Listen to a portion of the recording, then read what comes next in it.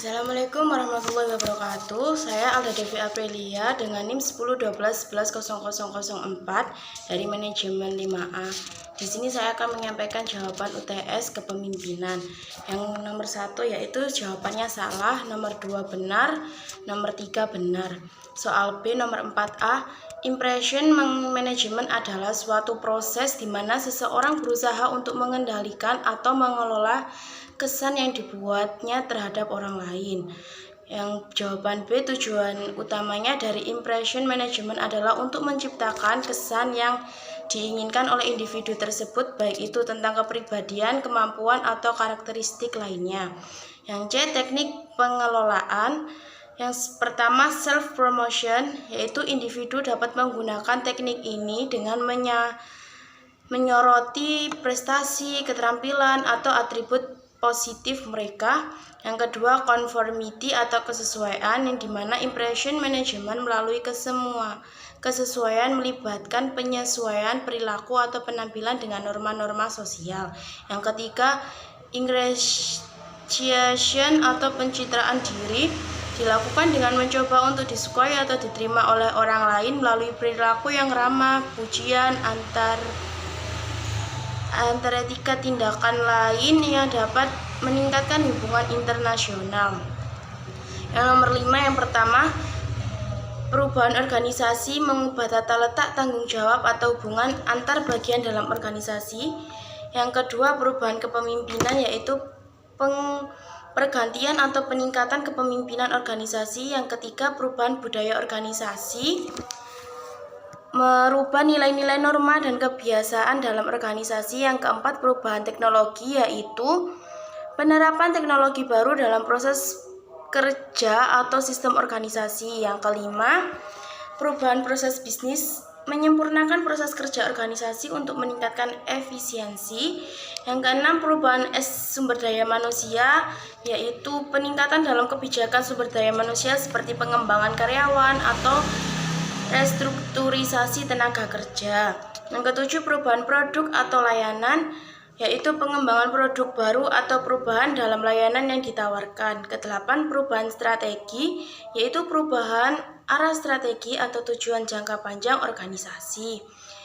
Yang kesembilan, perubahan aliansi atau kemitraan, yaitu pembentuk kemitraan dengan organisasi lain. Yang kesepuluh, perubahan lingkungan, yaitu melibatkan perubahan pada fasilitas atau kondisi kerja. Kemudian yang nomor 6, yaitu yang pertama, F1, faktor pemimpin, yaitu mencakup karakteristik pribadi, keterampilan kepemimpinan, dan gaya kepemimpinan individu yang memegang peran kepemimpinan. Tahapannya mencakup pengembangan dan pemahaman diri sebagai pemimpin, pengembangan keterampilan sebagai kepemimpinan, dan penyesuaian gaya kepemimpinan sesuai dengan situasi dan kebutuhan anggota tim. Tujuannya yaitu menciptakan kepemimpinan yang sesuai dengan visi misi organisasi. Kedua atau F2, faktor anggota tim, merupakan mencakup karakteristik kebutuhan dan harapan anggota tim. Tahapannya pembangunan komunikasi yang efektif, pemberian umpan balik, dan pengembangan kepercayaan antara pemimpin dan anggota tim. Tujuannya menciptakan lingkungan kerja positif, memotivasi anggota tim, dan memanfaatkan potensi setiap individu dalam mencapai tujuan bersama. Yang ketiga, F3, faktor situasional, adalah melibatkan situasional konteks atau kondisi di sekitar tim atau organisasi yang dapat mempengaruhi dinamika kepemimpinan. Tahapan mencakup pemahaman terhadap konteks kerja, analisis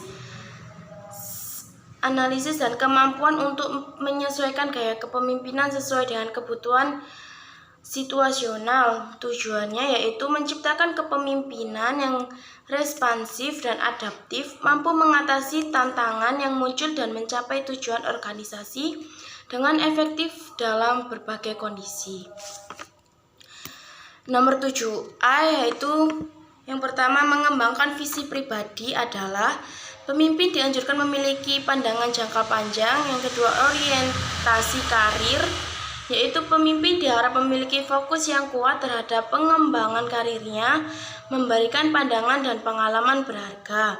Yang ketiga, mendapatkan tugas yang menantang. Pemimpin diharap tidak menghindari tantangan.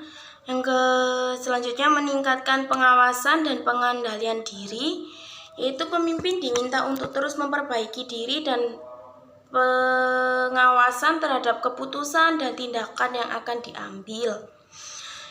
Kemudian kajian ulang dan umpan balik yang relevan. Pemimpin diharap untuk secara teratur mengevaluasi kinerja. Kemudian belajar dari kesalahan, yaitu pemimpin mampu belajar dari kesalahan-kesalahan sebelumnya. Yang terakhir, belajar untuk melihat peristiwa secara komprehensif, teliti, dan waspada, yaitu pemimpin diinstruksikan untuk mengembangkan pemahaman yang mendalam terhadap peristiwa.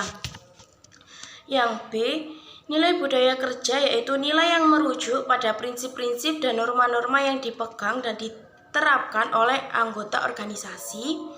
Nilai budaya kerja JNI 47 yaitu profesionalisme, integritas, orientasi kepentingan perusahaan, dan perbaikan tiada henti. Kemudian yang C, perilaku utama instan JNI 47 yaitu perilaku yang merujuk pada tingkah laku atau sikap yang dianggap krusial untuk kesuksesan individu dalam sebuah organisasi. Perilaku utama insan JNI 47 yaitu yang pertama, meningkatkan kompetensi dan memberikan hasil terbaik. Kedua, jujur, tulus, dan ikhlas. Ketiga, disiplin dan konsisten. Keempat, memberikan layanan terbaik. Kelima, senantiasa melakukan penyempurnaan. Keenam, kreatif dan inovatif. Dan ketujuh, bertanggung jawab. Demikian jawaban UTS saya. Wassalamualaikum warahmatullahi wabarakatuh.